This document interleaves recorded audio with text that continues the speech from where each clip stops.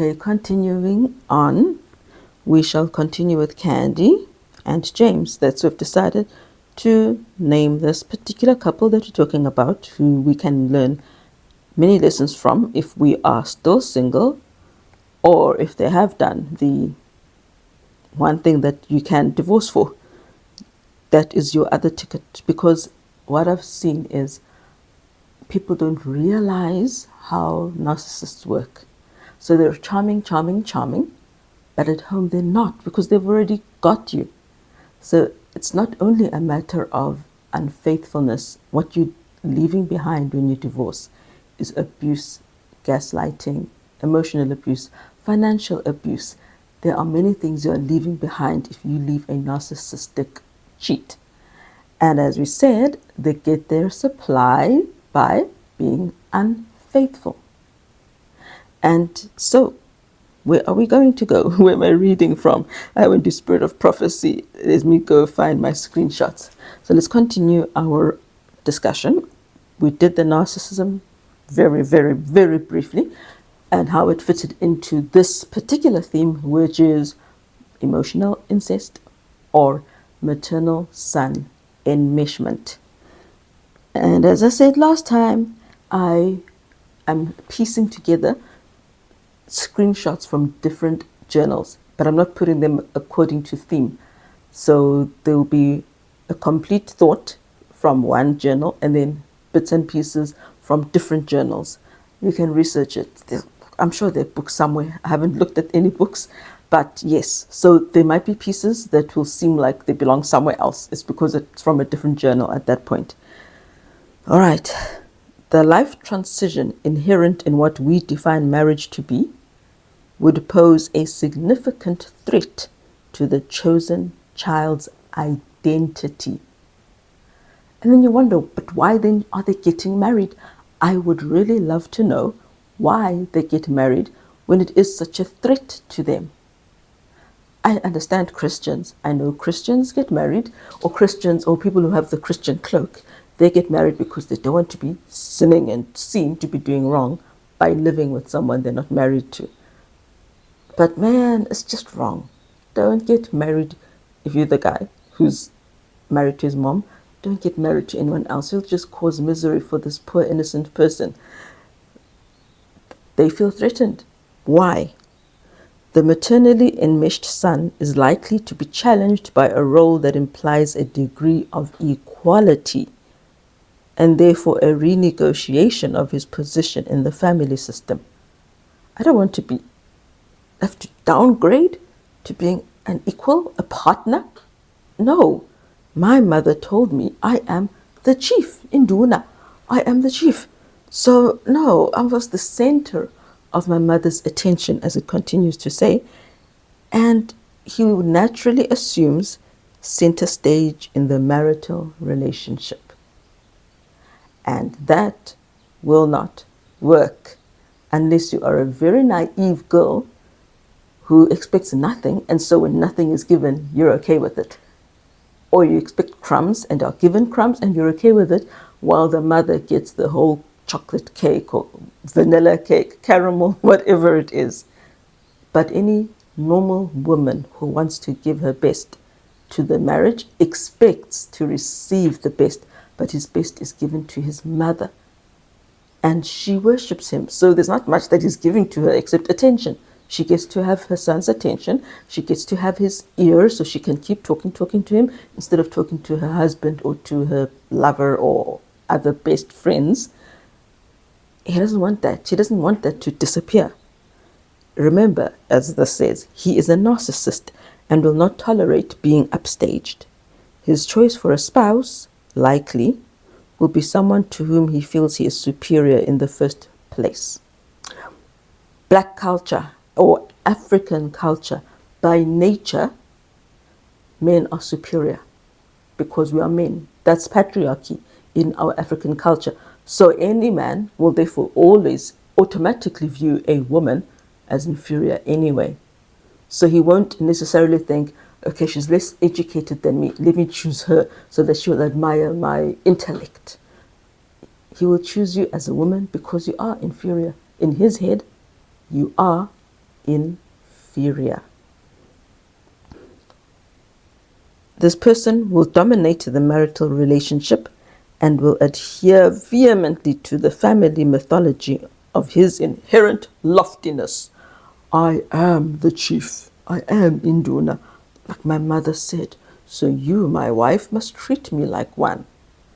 Does anyone go to the Zulu king and tell him, no, Zulu king, what you're doing is wrong? No one does, because he's the king. You don't, he's infallible. He is infallible. And he will deny any dysfunction in himself personally or in his family system. Any normal person will admit or acknowledge or state, oh my word, can you believe my aunt? She's so greedy.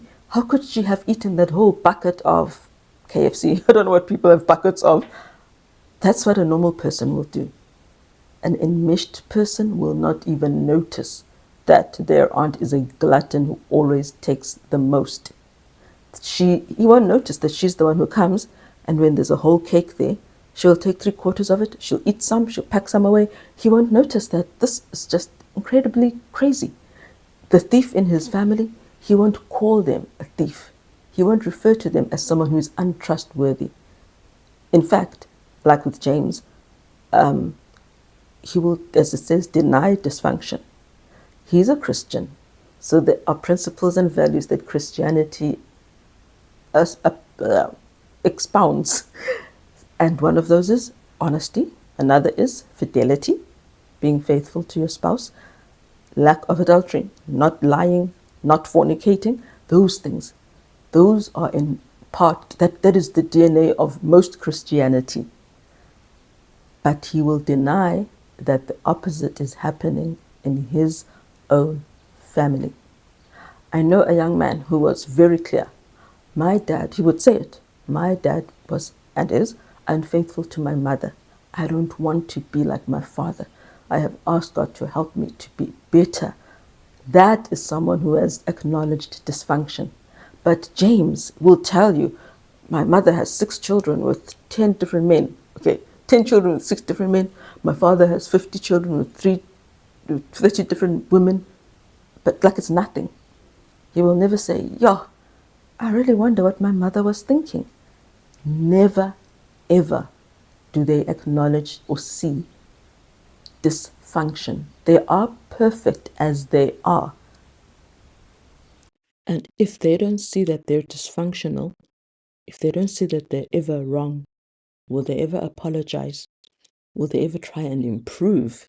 Then, should the chosen child's spouse resist or in any way challenge her husband's maladaptive level of functioning, the chosen child will usually pit his mother against his wife. And then as the drama continues between wife and mother because of him, the wife typically becomes the outlaw and the divorce is the end product. With James, what happened, the first sign of maladaptation, what was maladaptation was the hair thing that I mentioned the other time. I think I mentioned it. The other thing is they had saved up their rent deposit for the flat they would move to as a married couple and the first month's rent. So there's the deposit and the rent. They'd saved that up together, both of them working their feet off to save the money. But they were under mommy's control, so mommy had saved their money for them. But when they now wanted their money, mommy had stolen it. Mommy stole the money. And until today, many years after they first got married, he's never said the words, my mother stole your money, my wife. I can't believe she did that. He never ever questioned his mother. Why did you take our money? When are you going to return it? How could you do that to your own children? Because they're enmeshed. What's his is his mother's, so she can't take it. Another example, his father had told him that he could have, his late father had told him back then that he could have this beautiful Bible, but it's beautiful Bible from the olden days, a large one. And then when his father died, he did ask his father's widow, "Hey, where's Dad's Bible? He said I could have it." And the widow said, "Your mother came and took it." When the wife would question these kinds of things, leave my mother out of it. What's my mother ever done to you? A lot. Don't talk about my mother. Or it's got nothing to do with you. I am worried about you. Wouldn't you be worried about someone whose mother keeps stealing from them valuable, precious things that they deserve and worked hard for? But the wife who's done nothing wrong becomes the outlaw, and it is what has happened. She is the outlaw and will always be. Therapy. As we've said before, they didn't go for therapy because there's nothing wrong with them, so they wouldn't reach out for therapy. But it is possible for them to be emancipated. They can learn, but they don't want to be. They don't want to be either because it's too much effort to actually stand up on their own 2 feet and say, "Mom, I made a family, I need to leave and cleave." It's just too much effort. It's nicer just maintaining the status quo with me being mommy's golden child, even though she hates my wife. I'd rather not do that. Nah. And it would require them to acknowledge that this enmeshment of theirs is unhealthy. But they don't see dysfunction, so they can't. And critically, because he has adopted similar values as the mother, he won't see the relationship as confused, as messed up, as wrong. It'll be like the opposite. It'll be like the son who says, "Well, my dad cheats, so I'll also cheat. And so why would I want to leave a system when we both feel like cheating anyway?" That's what they are like. They have the same values as the mother. When it comes now to Christianity, that's where it becomes very difficult. There's a part I will read or had read, but I read it before, but I'll say it now, where they lose many things, and one of those is their spirituality. They begin by saying, "I'm a Christian." They grab a girl who's looking for a godly husband, but that Christianity that they had put on as a cloak, they can't maintain it because mommy is their real idol. And so the Christianity goes.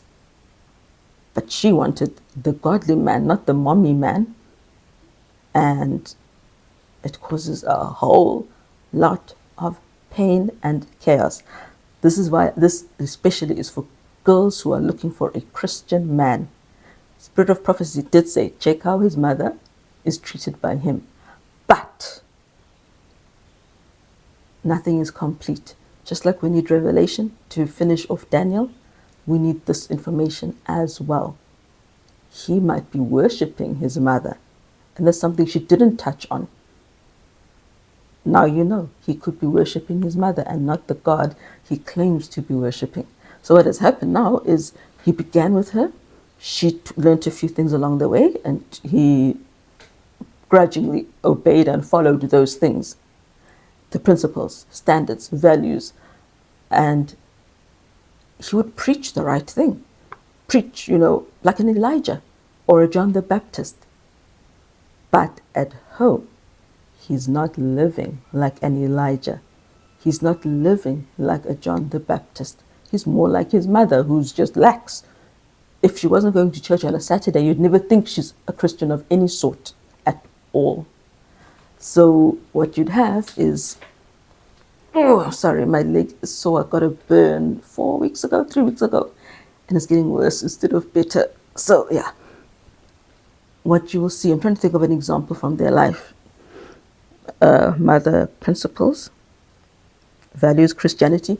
He doesn't adhere to the values he espouses, he teaches. The Bible is clear. Let's not even go into Adventist and Spirit of Prophecy, Ellen White's writings. The Bible is clear. You should, if you're an adulterer, not marry again. And you should not commit adultery, firstly. Do not commit adultery. Adultery is sin. You are your brother's keeper. You must tell your brother you are sinning. Why are you cheating on your wife?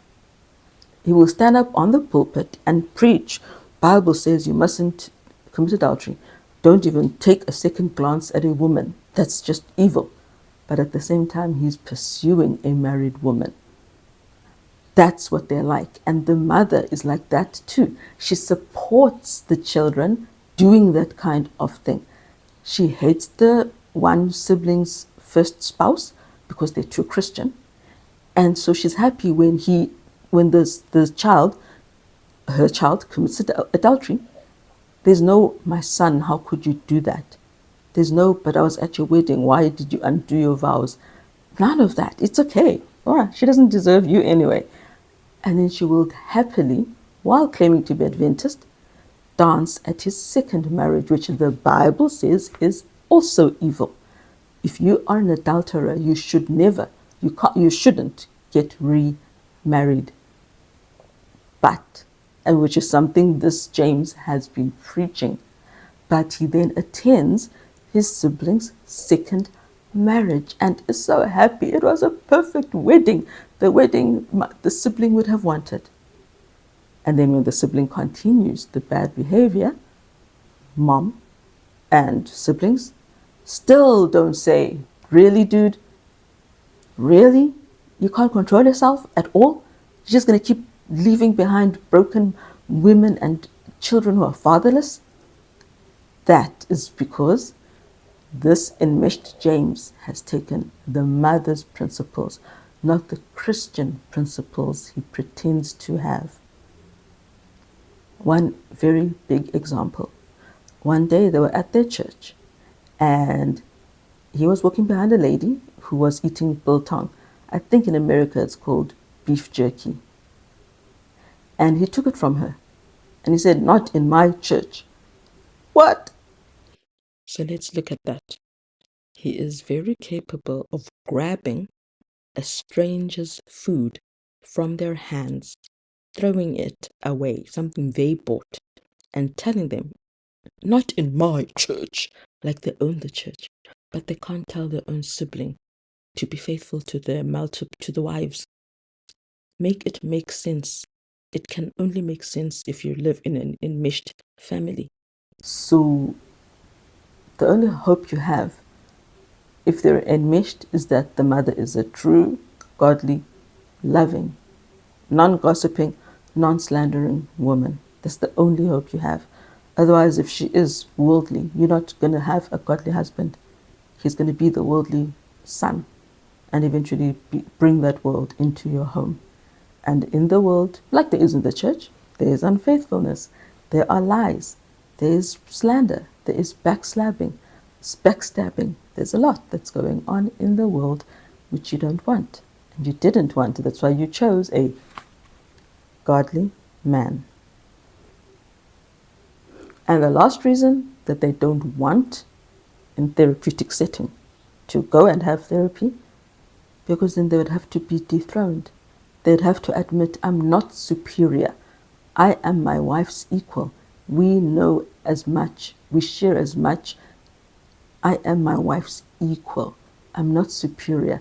I'm not her chief. I'm not her Lord. God is her Lord.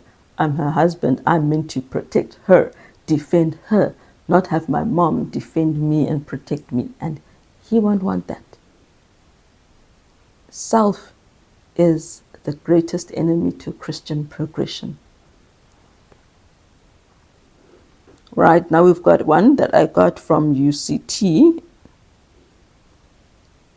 This is not a new phenomenon, but I've not seen anyone really talk about it. So here I am, but it's not new. It's been there even since 1954 when a book was written by Duval, and he called it The Mama's Boy. He had a chapter titled Momism as the Root of In-Law Problems, and there he stated, "Today there is a general recognition that smother love is crippling in its effect, that the man who is a mama's boy is considerably less of a he-man, and that the girl who runs home to mama is not mature enough to assume the full responsibilities of marriage." So what they need to do, they need to teach the mother to stop seeking control and stop smothering her grown children. That was the conclusion. It's also on the mother. Is the mother encouraging independence? Is the mother encouraging, oh, phone me whenever you've got something, cool to tell me, or I'll just check on you whenever? Or does she want you to constantly phone all the time and tell her everything about your life? What is the content of her conversation? I think I've shared where it says that the mother wants to control where you live, and they want you near them. I might have said it already. This is exactly what happened with James. She wanted them to stay in the country she was in the UK. But they couldn't because they had no valid reason to be there. They didn't ask her, can you please help us to stay in the UK? They made plans. They're going to leave the continent. Their visas had run out. It was time to leave. Mom called a whole meeting with random people to try and convince them to lie to the Home Office, British Home Office, so that they remain near her. And of course, James' wife was not going to do that. She doesn't believe in lying. Most of us don't. The mama's boy or daddy's girl. We did say it's both, but mostly men, and that's why I'll keep saying men. And because I am married to a man, the mama's boy or daddy's girl is an adult child who is unable to emotionally separate from the enmeshing parent. And thus, the parent's ongoing interest in the life of the grown child continues to exert its influence. Some parents emotionally disable their children in order to make parenting that adult child a lifelong career, always looking over them. I'm sorry if I said this in the first video. I might have. When my husband got sick, now when I go into hospital, he never tells anyone. And most of the time, even when I ask him to take me to emergency, he'll say, nah, what if I might be late for work? It's happened 3 times now where I've driven myself to emergency, even when I was bleeding badly after a surgery that didn't work out, where my tumor had grown too big and it had now caused my ovary to stick to my bowel, my intestines. So they were stuck together there to separate that, remove the ovary, remove which wasn't the plan. They were just going to remove the tumor, though it's a benign one. But they had to remove the whole thing and my ovary and part of my fallopian tube and try and separate them from my intestines. And I had to drive myself to hospital. Another time I was vomiting badly. I still had to drive myself to hospital. Nobody was told, Tandy is really so unwell, she's gone to hospital.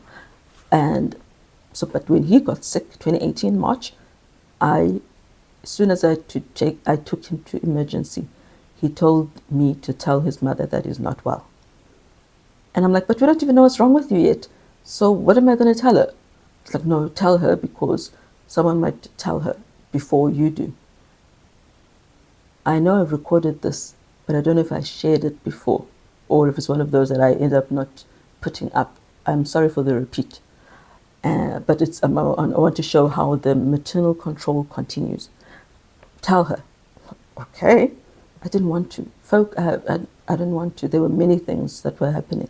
Her not wanting me to have adopted alone.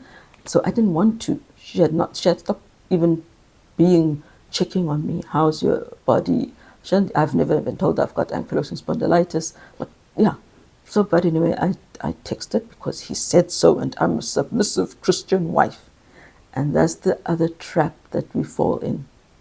Because we have been taught by God to be submissive, we will submit even though we don't really want to. Because it's not like God said, don't tell your mothers, but we know there's something just a bit wrong in this situation. When he says, honor thy mother and thy father, and my husband, he actually means worship them, obey them no matter what. Be friends, stay friends with them, even though you're meant to avoid workers of iniquity. If it's your mom, you need to stay close to her, even if she's a worker of iniquity, even if you won't gain or be able to give anything that will enlighten or edify or uplift. So yeah, I did. I texted. And then the next thing, I was being cursed at by some other relative on my mother's side, because then the question was, why didn't you tell me my son was sick? To my mother. My mother said, I didn't know your son was sick. And then I got the texts that night. Multiple texts. What's wrong with you? Why didn't you say he's sick? Blah, blah, blah, blah, blah. And I told them, I don't even know what's wrong with him. I'm stressing we're all sick. It's not just him. He just happened to be worse off. And I could tell that though he had the exact same symptoms, even that high fever that my one child had, I could tell he's the one who's worse off. So I took him to hospital. And when the nurses said they thought he was dying, they didn't think he'd make it out alive. So it was a good call. But I still had my other 6 children at home who I was worried about, and myself. Thankfully, my symptoms were a bit milder. So the last thing on my mind is, Mom, we're in ER, we don't know what's going on. Not with my kind of mother. You wouldn't. So this person then, who is not a God lover at all, full of hate, the same person who said, if we hadn't adopted, then we shouldn't have adopted, firstly, very godly, and secondly, the children we now have are a curse from God because we adopted. That person is the one who's now harassing me. He's lying in there in bed, out of it. And she said, we should have told us. But I don't have no reason to. I don't feel any force that tells me to tell you. And she said, because then we could have prayed. Folk, God is clear in his word. The prayers of a righteous man, those avail much. And it does tell us in Psalms, if you regard iniquity in your heart, the Lord will not hear your prayers. I didn't need their prayers because God wouldn't have heard them anyway. By their fruits we shall know them, and I know their fruits. I wouldn't have wanted or needed their prayers. But yes, then his mother told me I must clean up everything, get hazmat people to come in with their hazmat suits and clean up the whole house. All of this, you must. And no, I will pay. Or I'm so sorry, you're also feeling sick. It was, oh, my poor son. Freedom. I want you to be free from a person who will not care about your own sickness, not care at all about the children, but only focus on her child and how you must serve her child. That is why I'm doing these videos. I need you to be free, because when you're stuck, it's so painful and lonely. It's not something people can see from the outside, like a bruise, but your heart, it gets bruised too often. Love and Robinson, 1991, maintained that relationship and commitment problems are very common for the adult child who are subject to emotional incest. Sometimes they feel engulfing, they feel like the person they're romantically with is invasive. I would ask, how's your foot today, or how's your whatever? Really? You don't have to talk to me like you're my mother. I didn't even think of it that, well, maybe the mother was the problem. Because when you love someone, you care and you ask, how is your XYZ that is sore? That's what I know we would do that when we are loving. I would just think, what do you mean, don't talk to me like you're my mother? It's because of this. The close relationship feels engulfing or invasive. You cannot give yourself fully, be your best with someone like this. They will throw it in your face. Or when I'd compliment the shape of his eyes, I always found something to compliment, but the answer was always, it's just eyes. Like, you stupid woman, why are you saying anything positive? It was like that. Like I shouldn't be, because they feel engulfed, trapped. Yeah. They unknowingly dominate the relationship. And one of my friends, Regina, she told me, your boyfriend is so domineering. But it was a one-off comment and we moved on. None of us said, no, let's step back. And another one is they believe that the spouse is incapable of meeting their needs because they're comparing it to mommy's love. Whereas you will say, can you please pick up your socks? I can't keep picking them up. Mommy would never say that. And so you are incapable in their eyes of meeting their needs. And then if they're narcissists, as they mostly are, they go out and look for others who will worship them just as mommy worshipped them. And it goes round the circle of just, yeah. Not forgetting that the needs of a narcissist are in contradiction to the needs that God says we all have. It is not uncommon for the invasive parent to dictate how the couple should run their household, to require frequent phone calls or visits, to encourage financial ties between the families, to insist that the couple live nearby, and to dictate the terms of all family gatherings. But then when do the adults decide for themselves? So on my own example, I am a homeschool teacher. I educate my children, and it is a serious thing, like all teachers. But my mother-in-law and my mother, that's the thing, I will acknowledge dysfunction. Both of them will phone, and then because I was busy teaching, I don't answer my phone. It's not even on ring. We don't need interruption when we're learning. Does any teacher in the school have their phone on ring? And then they would both leave messages. Why didn't you answer your phone? I called you and you didn't answer your phone. Why aren't you answering? Really? Just say whatever you wanted to say, leave the message, and they will be dictating how you should run it. And in our case, it was a constant war against how we are running it. You shouldn't be homeschooling. You shouldn't be dressing them like this. You shouldn't be dressing like this. Why are you still dressing like this? Always, constantly, until the day I cut off contact with one and the other passed away. 20 years of you need to stop dressing like this. You need to stop homeschooling your children. Constant. They can't let go. And you'll see, guys, in the first year, what has been seen is that the problematic in-laws were the single most biggest contributor to breaking down of the marriage. And it's usually the husband's parents who were over involved in the couple's affairs. I'll end there for today. I live this. It is not nice. I need you to be safe from it. I need your people to be safe from it. It adds to the stress of daily life, and it adds to the stress of parenting your children. And it adds to my stress of parenting my sick children while I myself am sick. All right, folk. I know it's a sad topic, eh?